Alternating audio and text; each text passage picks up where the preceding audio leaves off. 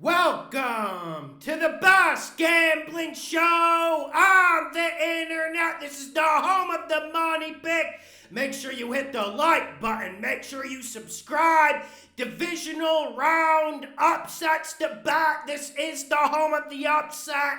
Let's get to the first game. We got the Cincinnati Bengals at the Buffalo Bills. Bengals are plus 5.5. Listen, I think the Bengals win this game, and I don't think it would be a bad bet to put the Bengals plus 5.5 in with the spread and then sprinkle a little bit money line. Listen, man, even with the offensive line injuries, I was surprised this wasn't at Bengals plus 3. If it was Bengals plus 3.5, I wouldn't smug my nose. But the fact that it's up to plus 5.5 now, I know it leaves some of you guys thinking, is this a trick? Are they trying to bait us? Do they know something we don't know? But one thing we need to remember, man, people have been just auto-betting the Bills this whole year. This is one of the few shows on the internet that has faded the Bills at times, and I don't mind doing it again here. I think this Bills team is unpolished.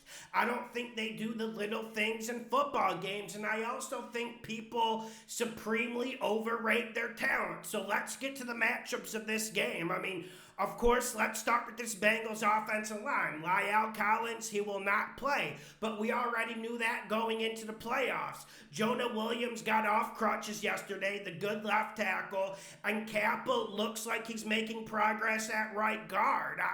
I think Williams and I think Kappa play, and it's not like the Bengals get phenomenal pass blocking even when all those dogs are healthy. I think this game comes down to the Bengals wide receivers, Joe Burrow versus this Bills secondary. I don't know why no one is talking about this Bills secondary. I know Tre'Davious White is healthy, but this isn't 2 years ago Tre'Davious White. He's getting burnt, man. And these other guys in the secondary, I don't think they're there to pick up the slack. And we all talked about the Harmon injury for different reasons, but that is actually an effect in this game. They're down to their third string safety. Poyer and Hyde have been banged up this whole year. I think there is going to be things this Bengals pass offense can exploit. And on the other side of the ball, man, I'm looking at this Bills front four. And ever since they lost Von Miller, they've been an average pass rush unit. I know Rousseau is starting to play good, but outside of Rousseau, who is that dominant defensive lineman who's going to get a consistent pass rush? I think Zach Taylor and Burrow, I think they can game plan around that. One thing we've seen from the Bengals since like week 9, week 10, they don't mind going max protect. If they think a blitz is coming or if they're struggling with a defensive end, they don't mind leaving in a tight end. Joe Mixon has been blocking really well out of the backfield, and they're going to need that. I'm just looking at a Bills team that is making way too many mistakes. Let's go to the other side of the ball. Looks like Eli Apple will play for the Bengals, and I know the Bengals on paper, they're not good. I've been waiting for this secondary to crash and burn for the last 2 years, and they just haven't. Can we just admit this Bengals defense is extremely well coached, and I don't understand why the defensive coordinator isn't getting more job opportunities. It's just this Bengals defense always seems to do enough. They always seem to get this stop at the right time, and they always seem to get turnovers. And that's one thing this Bills offense is struggling with. I know last week against Miami, I know we're going to see a better Bills outfit. I'm not thinking they're going to come out with their C-minus game against the Bengals at Ralph Wilson Stadium. I'm not saying that. But that game last week against Miami is just kind of a microcosm for the Bills season. Josh Allen churning it over in the red zone, them making a dumbhead play on special teams, their secondary not able to cover. And we saw how many drop balls Waddle and Hill had. There was space to be had there. And when you look at Jamar Chase, when you look at Higgins, you don't want to give those guys space. They're not going to drop balls. They're not going to let opportunities go. And I know the Bengals have had a lot of luck these last 2 years, but at a certain point, we have to give them credit for creating their own luck. And I've been critical of Zach Taylor, but I trust him. I think the Bengals win the turnover battle here. I think Joe Burrow does get sacked 3 or 4 times. But I do think Josh Allen doesn't have as many dogs as people think. I think people overrate Gabe Davis. We're seeing Cole Beasley get a lot of plays and get a lot of targets now. That should say everything. And I know Stephon Diggs is going to absolutely explode against Eli Apple. But outside of Stephon Diggs, do the Bills have enough juice? Do they have enough juice? Give me the juice on the Bengals. I think they win money line. I love them with the 5.5. Next game, we got the New York Giants, Dable, at the Philadelphia Eagles. Giants are plus 7.5. Listen, I'm not saying bet Giants money line here, but I do want to throw something out. I've been on the Eagles since the beginning of the season. Those of you who've watched the show understand that I've loved the Eagles since the ball was kicked until the playoffs started. But I'll tell you what, man, there's a matchup I'm watching in this game that I think could favor the Giants. Firstly, we know Kelsey, we know that Philly offensive line. It's a top 5 offensive line, especially when we're talking about the run blocking perspective of the game.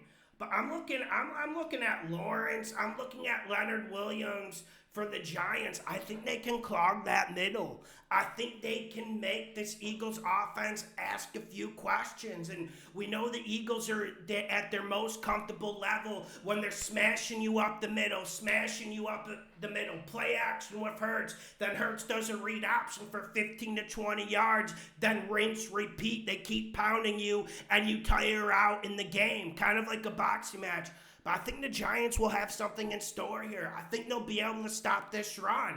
And you know what? If you're an Eagles fan, you're saying, that's fine. I got Brown, I got Smith, I got Goddard at tight end.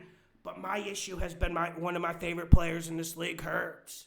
I just haven't seen him making the same high-level passes. Remember the first 6-7 weeks of this year? Remember the game against the Vikings? He was throwing it for fun, 350, 75% completion percentage, getting it down the field. We haven't seen the same Hurts this second half of the season. This Eagles offense has been a little bit more run the ball and let Hurts throw it short, but they haven't been getting explosive plays. On the way to attack the Giants defense, you want to go deep. You want to attack that man-to-man coverage. You want to get vertical against them. Can the Eagles do it? Have they lost a little bit of confidence in their offense? I felt like this Eagles offense changed. For me, their season goes in 2 ways. I go before the Colts game and after the Colts game. And their offense just hasn't been the same explosion, omnipotent force it was earlier in the year. And this bye week, could the Eagles start slow in this game? We know the Eagles have been first half betting turkey for us every single week. We love betting them in the first half of games.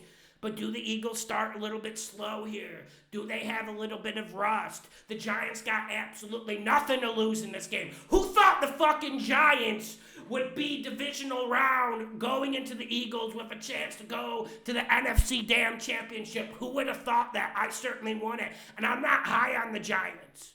I've been low on the Giants all year, and I've had to take a little bit of pie in the face because of that. But you look at Dable, you look at the way this team is playing with energy, verb, physicality. The Giants' offense isn't good on paper. They're absolutely bad. But you want to know how to attack the Eagles' defensive line? You run the ball. You run it more. And then you keep fucking pounding them. That's how you beat the Eagles. You keep Hurts on the bench. You run the ball. And I know Jordan Davis is back. And I know the Eagles have done a lot of things to try to shore up their run defense. But have they? Have they? That's my main question. Make sure you hit the like button. Make sure you share the videos. The best gambling show on the internet. And the other upsets, I don't think the Cowboys are doing it. I don't think the Jags are doing it. Let's get this money. Slam that like button. Share the videos, my guys.